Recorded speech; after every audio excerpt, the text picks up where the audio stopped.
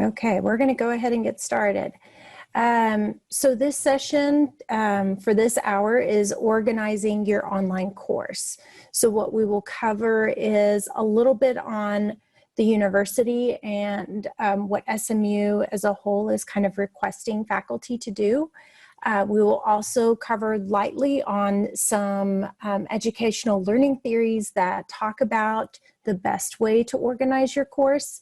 And then we'll just talk in detail on how to make that happen and what components you need to consider and how this all flows in Canvas.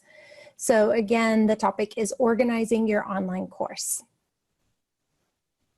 I do want to start with, before we dive into the details, I'm going to cover what is required by the university, but some of the material that I do cover here is really over and beyond what the university minimal requirements are. So at no point do I want to make you feel overwhelmed as far as how to do this. I'm just going to present really what learning theories out there show the best method of presenting your material on a Canvas course. So the expectations is, number one, to publish a syllabus. And in this syllabus, there are a few changes that we'll cover, but you need to include since we are or would be on an online environment. You need to make sure you're communicating with students using announcements. You're organizing your content using modules, and that you're using the gradebook so students can track their progress in your course, and assigning a variety of assessments. So those are the expectations given by the provost office as far as what is required for the remote learning course.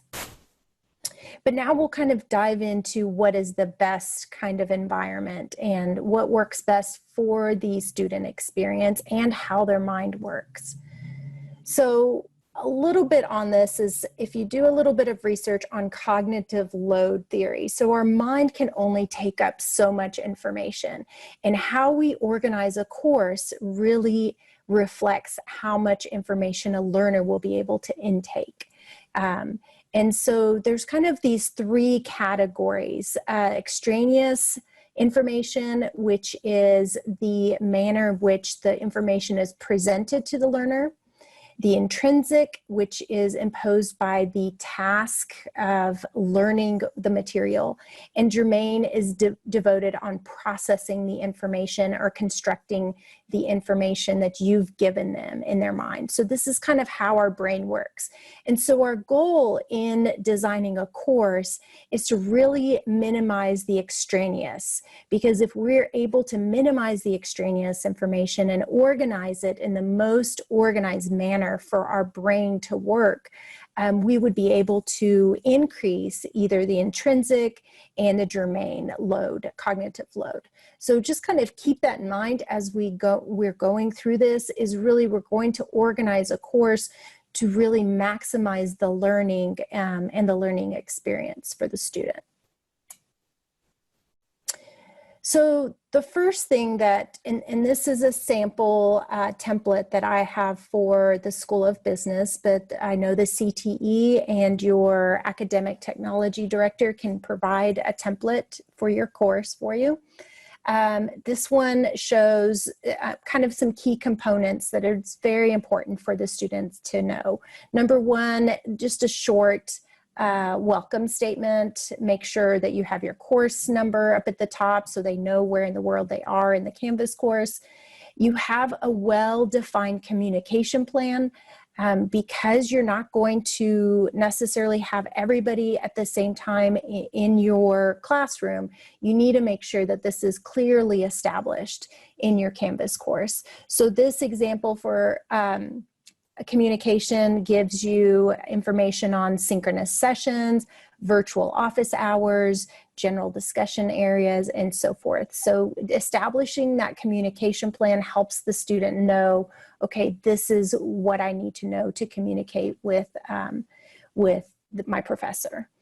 Also, defining the expectations of the class is really important, and really explaining what is the class structure. Are you going to just watch videos and do quizzes? Is there going to be a combination of asynchronous videos and synchronous classes? Just really define that. Additionally, in expectations, explain how your course is organized. Hopefully, I'll convince you to organize in a module format, but really explain here where things are and what the expectations are. If you're planning on expecting to have their webcams on, for example, during a synchronous class, make sure you define that so there's no surprises coming forward. And then defining here what's the required material. I would recommend with required material, be as specific as possible. There aren't the opportunities for people, or as many opportunities for people to ask questions. So the more detailed you can be, detailed and concise, the better. So this particular example gives the name of the book, the link to how to purchase the book, the ISBN number, and so forth. So there's no questions. So that's kind of the homepage when they click on the Canvas, and we'll go in there and see how it flows. But that's the first thing that they can go and see when they enter their course. The next kind of component is the syllabus, and I know everybody's very familiar with creating a syllabus. You create your syllabus the same as a face-to-face class with learning outcomes and assessments and accommodations, disabilities accommodations. There are some more resources on this particular website that you can get, and it gives you a definition of exactly what needs to be entailed. But when we move things to remote, there are a few things that we need to add to that standard syllabus requirement. I kind of called it syllabus plus, but that you need to add whatever the standards are plus a few more things. Really and netiquette would be how to properly interact in an online learning environment. So if you're going to have discussion posts that people are going to have, or if you're going to have interactions during the synchronous classes, make sure that you define proper netiquette. There are standard language that you can receive in that, and I will add it to the resources of this webinar so you can see what the kind of the template netiquette that we're asking people to add to their syllabus. Additionally, what's really important is to add a component for technology support. So typically, if they were in a face-to-face, they would be able to go to Fondren Library and figure out, oh, okay, here's the help desk. But now they're a remote learner that may not have that information and may not know. So adding a short segment of how they get technical support and what the hours are and so forth would be helpful for the learner. I would also make sure to really define the expectations of feedback. We want to make sure that our students are staying connected and feel connected with their professors. And so by saying, hey, expect emails to be returned within 48 hours, or all assignments will be graded within 5 business days, or whatever your standard may be, I think outlining in the syllabus what those standards are helps the student guide them in really the expectations. So if they haven't heard from you and it's been 2 hours and they just emailed you, they're not emailing you again, you've already set the expectation within the syllabus that you would reply within so many hours. And then lastly, there are some end users agreements, and I will provide this also in the resources where the recording will be on Lockdown Browser or any other resources that we need to kind of clarify that we will be using. So if you are using Lockdown Browser, there is some language that you need to make sure you add to the syllabus so they know upfront what that means, what that entails. Do we have some questions coming through? No, there was just a question if you'd share your PowerPoint after this, and I'm assuming that we will be sharing this along with the recording. Yes, absolutely. I think we'll add a little And one question did just come in. Sorry, Christina. Yes. If you have time, can you also discuss ways to handle upfront or after that relates to confidentiality within etiquette? And what are the actual privacy protections related to the online course use? Ooh, wow, those are really loaded questions. And I would say I don't really know the answers to that, since this particular course is just really focused on how to outline or how to design your Canvas. But if you don't mind, I will get your name down and I'll follow up with you on having an answer for you on that. I'll find out who the right resource is to answer that question properly. Okay. All right. So we're going to move on besides the syllabus. So one of the expectations was to create modules. And a lot of people may or may not understand why we create modules, but I kind of want to put it in this perspective. So a course that is designed without modules is similar to, let's imagine that you're doing a treasure hunt in a house, and the house has many doors, and you can, and students can go through any door, and it's okay.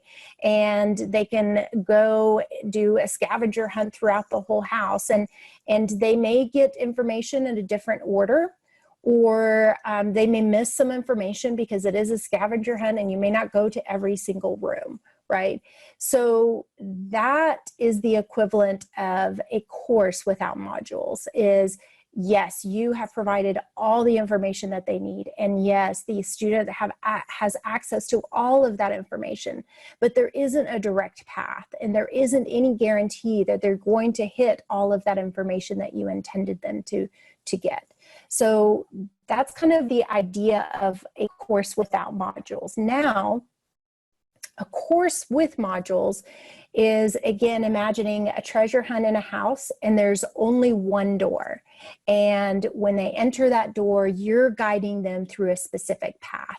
And as they're guided through a specific path, you're going to give them specific treasures throughout the house. And those treasures are found in the correct order that you wanted them to be, and placed in the correct order, and they're hard to miss. So there's no way that they can completely miss one specific treasure. So to me, like, if you think of modules that way, is there a right or wrong in having a Canvas course that is created without modules, even if, I mean, you're giving them all of the information? And the answer is yes, you are giving them this information, but you're increasing the cognitive load of trying to find all this information and to put all those pieces together.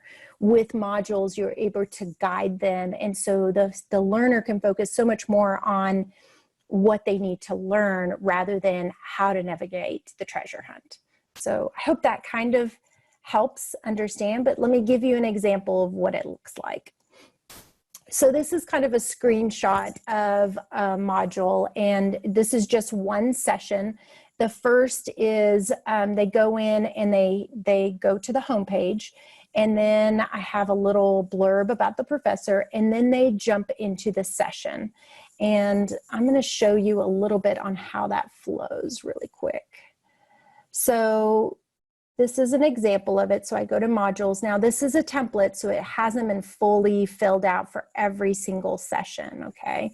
But now I can start at the home page. I start here. This is, again, you know, the communication, the expectation, and I hit next. And now it's a little bit about me, you know, or whoever is teaching the course, and then they hit next. And then they jump into the overview. Okay, this is the topic, and these are the objectives. This is what we're going to cover in class. When they hit next again, here are the resources. Now at this point, you can add discussions or things for them to think about, maybe exact readings. That could be a chapter in a textbook. It could be some PDFs, whatever. And then an additional, you know, lectures. Maybe there's some lectures you created, maybe some lectures that you found on YouTube to supplement, and then And so that kind of flows on there, and then they hit next again, and they go to the discussion posting, and they hit next again, and now they know, okay, now I need to do the quiz, and they hit next again, and now here's the assignment, and so forth. So the idea again is it's this treasure hunt of information where you have guided the learner through all the different steps and processes to make that happen, just to minimize, again, their load.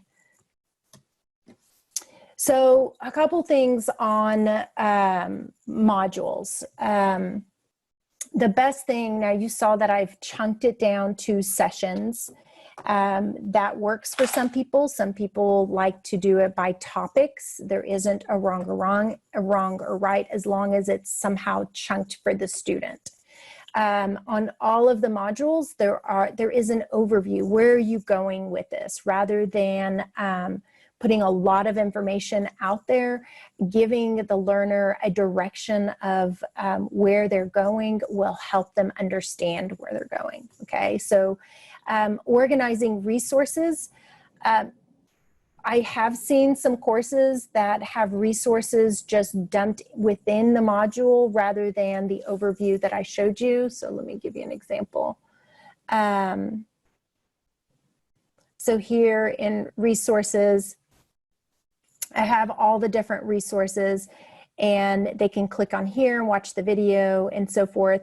Some people like to put all the resources individually within this, and it makes this module itself really, really long.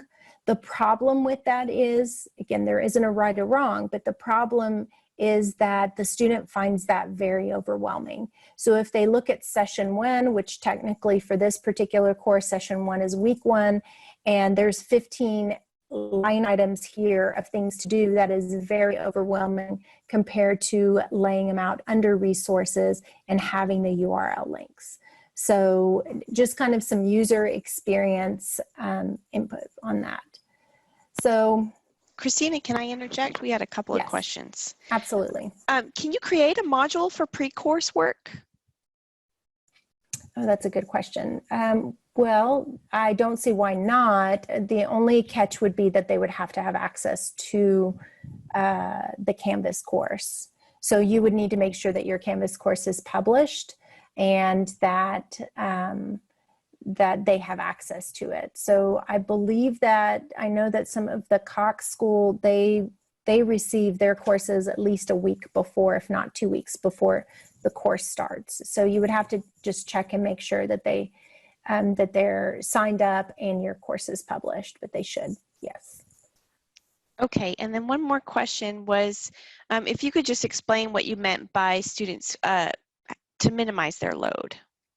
Okay, so your brain has so much capacity, right? So you have the capacity to, when you're processing a course or processing information. So your capacity is learning a new tool. Your capacity is also figuring out the course or figuring out what is going on with the material, right? So it's not necessarily the material itself, it's more the logistics of the material. So when the logistics and the layout and design is poorly designed, your brain has to spend that time processing the material that's poorly designed, that doesn't flow as well, rather than using that brain power to process the actual content of what you're trying to learn. And so we only, our brains can only take so much information, and what we want to do is design a course where the brain uses the least amount of effort of figuring out where things are and how things flow, so it can spend the most amount of time in figuring out the course content. Okay, it looks like I have another question. Yes, is it best to remove assignments, quizzes, discussions from the left navigation to force them to go through the module? I don't think that there is a best case necessarily. I think you design the modules and you keep the assignments, quizzes, and discussions there for them to access. Now, I do recommend to remove the files option. So I know that in the past, what has been a common occurrence is that people would just dump all of their files in here. And so under the files section. And so they would just dump all their PowerPoints and stuff, and students would go in here and just look around and spend their time, again, their cognitive load trying to find the information rather than just following the flow of the modules. So files I would definitely turn off, but assignments and grades and discussions and quizzes I would leave on, because it gives them a quick view of, okay, what do I have to do right now? And they may not know where they left off on their module. So I would keep that on. And there was a question about templates for Canvas. And can you confirm, did you say that can be retrieved from the academic technology director at a school? Yes, those can be, I know that the CTE has access to templates. They actually have a course that will help you through designing your remote learning course. And I'll make that available as well in those resources. So there's a course that you can do that will help you design this template, but your academic technology director has templates available that they can just copy for you. And then should someone remove modules that have already been completed? No, those automatically just stay there. So you always have the access. I'm looking at my module here. These green check marks allows me to publish and unpublish. So I can go through and create whatever I want, but not quite publish it because I'm not quite ready. And all I do is uncheck these boxes here. And now whatever's not check marked will not appear. So you don't need to remove it. I think it's good for the student to have access to the content throughout the course. But that does bring to an interesting point. You do have control over how students access. So for example, I can go through and give access to students to the welcome module and session 1 module, but I can lock down the other modules until they've completed session 1 in the welcome. So I do have the ability to do that. I can also schedule when this module will be released. So just know that you have, it's a little bit more advanced, but know that you have that capability within modules to do that. Okay, I'm going to jump back over. All right, so we talked about chunking material and the course overview and organizing resources. Actually, I'm going to jump back a little bit into organizing resources, because this I feel like is a really key element to the template. So in here you can put all of your the readings that the students need to have, and you can add any type of URL links. I can upload in files a PDF and put a link here, so all they have to do is click on it. If I have any videos I want to share, these are all URL links that I've set up to be able to do that. And I do want to say, I won't go into a lot of detail on how to do that. We do have a course. I don't remember when it is. There is a Canvas training course that you can take that he'll step you through how to exactly configure that. But just know that those are options, or you can embed it. This one is not fully set up, but I can embed a video to look like a little box. And so all I would have to do is press play here, and the student can watch the video. So know that those are options. All right. And again, you can do links, hyperlinks for PDFs. You can do hyperlinks for PowerPoints or Word documents or Excel or whatever you would like. So within that resource page, that's a good place to just put all your information in. The next thing, think about your assessments. As you noticed here in this particular module, I had assessments set up. Let me go back. All right. So here was the overview, and then the resource page, and then the activities. And this is just a tab that I've added. If you click on plus, I can select, okay, I want a text header, and I'm going to just call it testing. And so now I have a header here, and I can move this header to different places. So this activities isn't necessarily it's doing anything except being a header for me. So know that you have that. All right, I'm going to remove this. But throughout here, I have discussion posts, quiz, and assessments. Now, as you're setting up and organizing your course, what I found is really important is I went in and configured everything and set up everything, and then I plugged it all into the modules. So what I mean by that is I went in and I said, okay, what assignments are they going to do? And I set up all of the assignments in the gradebook. And then I went in and I said, well, what discussions are they going to do? And then I set those all up. And what pages are they going to have? And if you go to pages, view all pages, you'll see, you know, these are the resource. So they would have, you know, however many sessions. If you have 18 sessions, you would have 18 resources. And then once I have all of my material together, then I go into my modules and plug everything in. Now, something on this, you'll notice some numberings. So this is, you know, 1.0, and then this is 1.1, and then this is 2.1.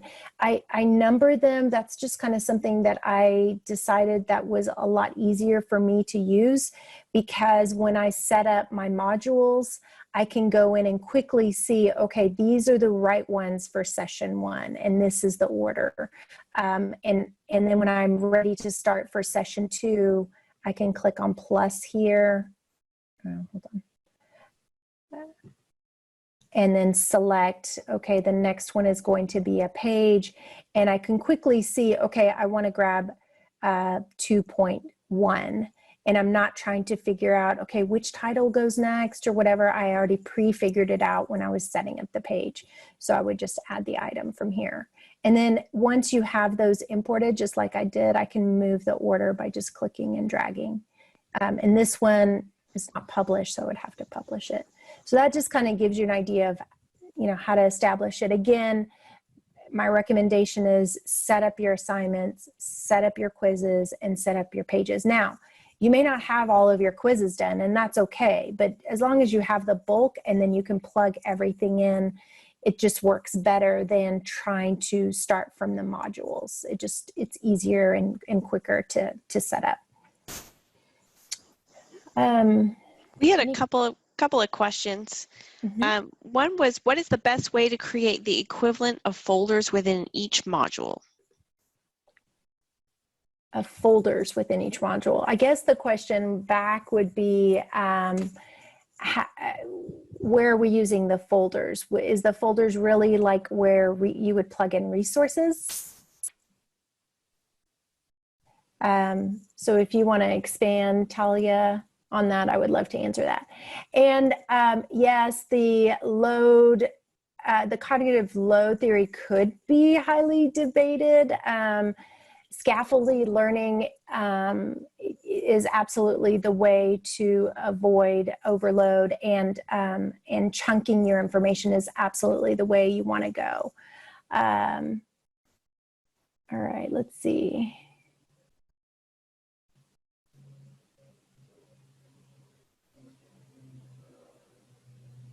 Okay, Patricia, can you read that for me?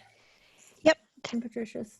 I teach weekend courses Friday through Sunday and repeat. If I set up a module for Saturday, my module will be very long. Shall I organize the module for Saturday in chunks that I might have 3 modules for Saturday and 2 to 3 modules on Sunday? I guess the question is,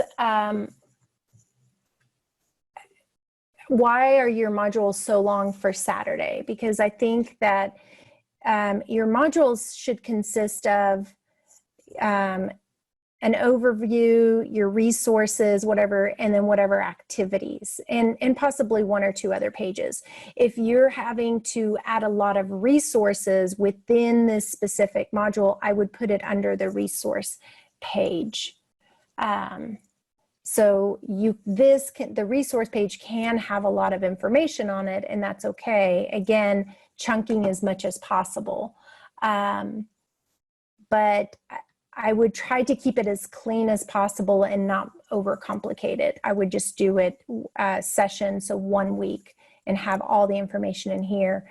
And then if it looks like a lot of information, put everything, all the resources that you're providing to the students under resources. Okay. Christina, how is chunking the information different from the various sections and subsection that they already use in their syllabi? I guess it's very similar. I would say it's very similar, in it's just using a module allows you to organize it, allows you to put things in, so they have all of the material all put together. Okay. All right. Let's go. We're gonna make sure I cover everything. Yeah, we talked about releasing modules. Again, you do have the capability of releasing certain modules as they are completed. Just know that's a little bit more advanced, but know that it is an option. Okay, tips on creating modules. So as I mentioned before, before you organize your modules, create your pages, decide what your assignments and quizzes are going to be, and decide if you're going to use discussions. When you number them appropriately, like session 1 is going to be, the resource page is going to be 1.1, your overview page 1.0. For session 2, it'll be 2.0 and 2.1 respectively. It helps you put together all of those modules very quickly, and you can always rename it if you have to shift things around.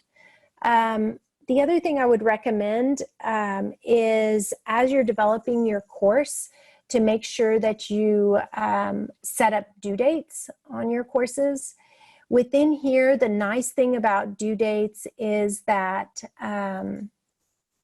let's see, the student has this calendar. Many people don't know that this is an option, but it has this calendar here. When due dates are set up, it quickly allows the student, now I don't have any due dates, but it quickly allows the student to see what is due when. They're able to select the course that they are taking, and they can see the due dates right away. So that helps with the student experience. Additionally, when you go in there, it will, you know, it'll organize them. If I click on assignments, I have the option to organize it. Well, let me go in at student view. I have the option to organize it by due date or by type. So I can show by date, due, and by type. So that allows the student to just make sure that they're not missing any assignments and so forth. Okay. Do we have a moment to interject with a couple more questions? Yes, absolutely. Talia is following up with her question regarding folders within modules.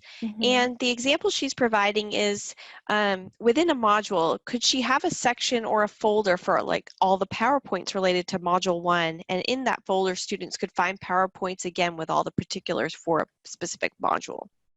Yeah, yes, you can. My recommendation would be to guide it. Okay, so let me show you here. I'll give you an example. To guide it under resources, because it allows the student to find your information a lot easier. And I kind of give the idea of, so if I gave somebody my hard drive or my folder on my computer, and I tell them, hey, here are all my files, depending on how well organized I named them and so forth, it makes it a lot trickier to find and to navigate through a whole folder. But you can, and there isn't a right or wrong. What you do here, like, you have a couple options. You can put them in to files and then share that folder with a URL link under, you know, wherever you have it here. Let me exit out and show you. Or you can individually like say, okay, this is a specific topic, you know, this is equations or whatever, and have that, or maybe this is the PowerPoint for this night or this topic. And then that way they have access and they don't have to go, okay, click on the folder and then click on and try to find it. So it depends. There isn't a right or wrong, but there are different methods. Let me show you really quick how you would do that. So when you're in files, you can upload a folder or you can upload a file, but you can also share this particular, if you click on here, it gives you this link right here becomes your URL link to that folder. So when I clicked on it, here are sample PowerPoints, I click on it, and now I can go into my page and add that URL link. So if I'm here and I go into, let's do a resource copy, and I click on edit, I can then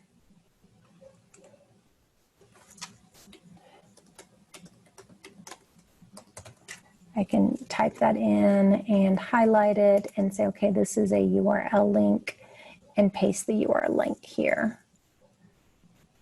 And so now when I save that, all they have to do is click on it and it opens it up to that folder. So you do have options. You can do it that way, or you can individually do it by the actual PowerPoint, depending on how many PowerPoints you have. So know that you have that option. I don't want to save, but okay.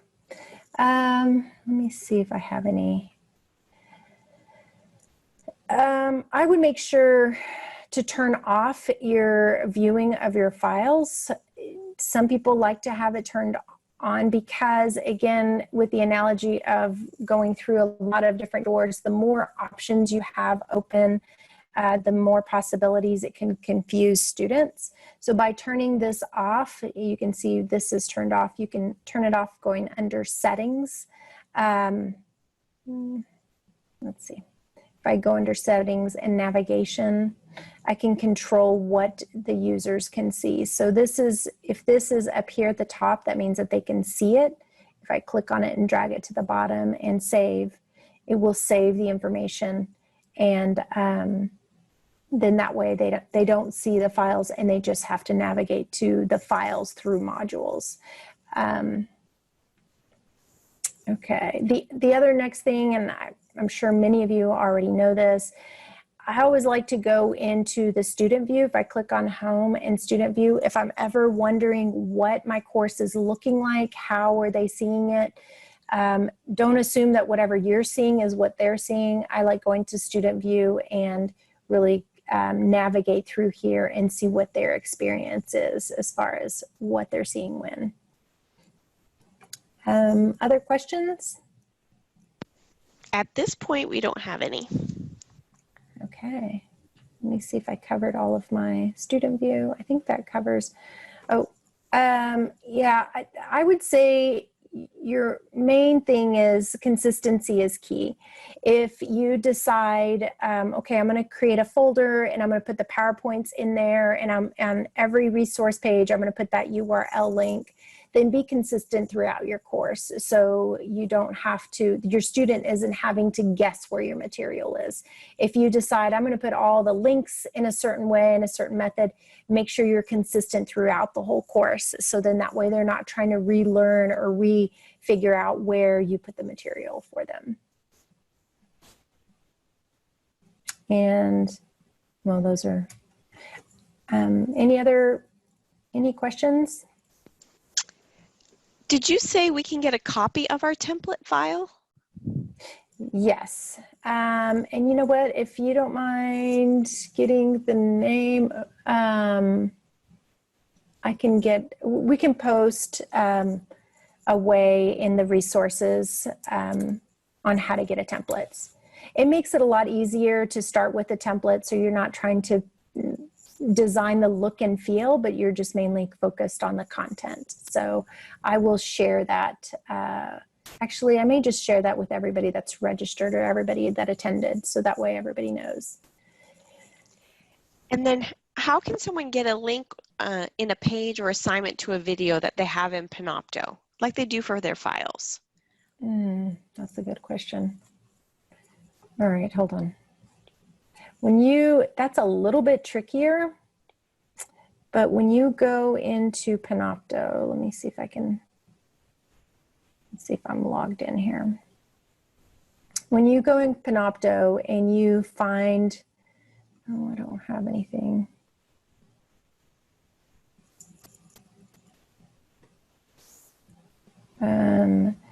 Okay, here's one. So this is somebody else's video, but within here, there is a URL link. I think it's this link right here. So when you're within the Panopto video, this URL link is the unique URL link that you would copy and paste. We are doing a session that will go into a lot of detail with Panopto, so you may want to attend. I think it's right after this one at 4 o'clock. Yep. So if you need, is that right? 4 o'clock is Panopto, 5 o'clock is the bare bone Canvas course. Perfect. So if you need more information on the Panopto, please join them. But that's kind of the quick and dirty way to get that and then post it into your page like I did that one. You add the URL link to that page. And then we have one more question. How does this relate to synchronous sessions versus the opposite? Sounds like if students are left on their own to work, reviewing the module works best. If we're meeting synchronously, what's the purpose of listing these modules? That's a great question. So I think the goal is to do both. So what you would do is you would present the material. You may have, if you're meeting synchronously, depending on how much time you're meeting synchronously, many faculty have been chunking out their information. So if typically they would lecture for an hour, they're creating videos that would be asynchronous videos that they post on these Canvas courses with the material, with the idea that before you come to the synchronous class, you've done all these things. You've watched the material, you've read through, you've maybe taken a quick low-stake assessment to see that, to just kind of show you that they have done the material, and then they come to class. And the class may not be, if it's typically, let's say it's an 80-minute class, or for Cox, for example, we have 3-hour classes. They wouldn't be 3-hour synchronous classes. It would be shortened. And during that time, it's not necessarily lecture time or delivery of a lot of material, but it's more the interaction time. It's more breakout rooms and being able to interact with others. So it's just kind of rethinking your course and really providing them information so they can process it before you have them in front of you. I hope that answered your question. Great. I don't have any in the chat or on the Q&A. Okay. Well, thank you so much. I hope this helped in kind of understanding how to organize your course. Please do feel free to join the Barebone Canvas, and I think there's another Canvas later or tomorrow. Tomorrow is at 4 o'clock. Okay, and that does a lot of Q&As.